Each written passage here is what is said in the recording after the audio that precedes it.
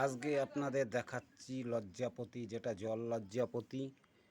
সাদা একদম গোলাপি জল লজ্জাপতি দেখেছেন, কিন্তু জল লজ্জাপতি দেখেননি, তাদের জন্য এই ভিডিও। এই হচ্ছে জল লজ্জাপতি। এর ফুলটা হয় হলুদ, যেমন সাদার ফুল হয় সাদা, গোলাপির ফুল হয় গোলাপি, কিন্তু জল লজ্জাপতির ফুল হয় হলুদ। এই দেখুন তার প্রমাণ।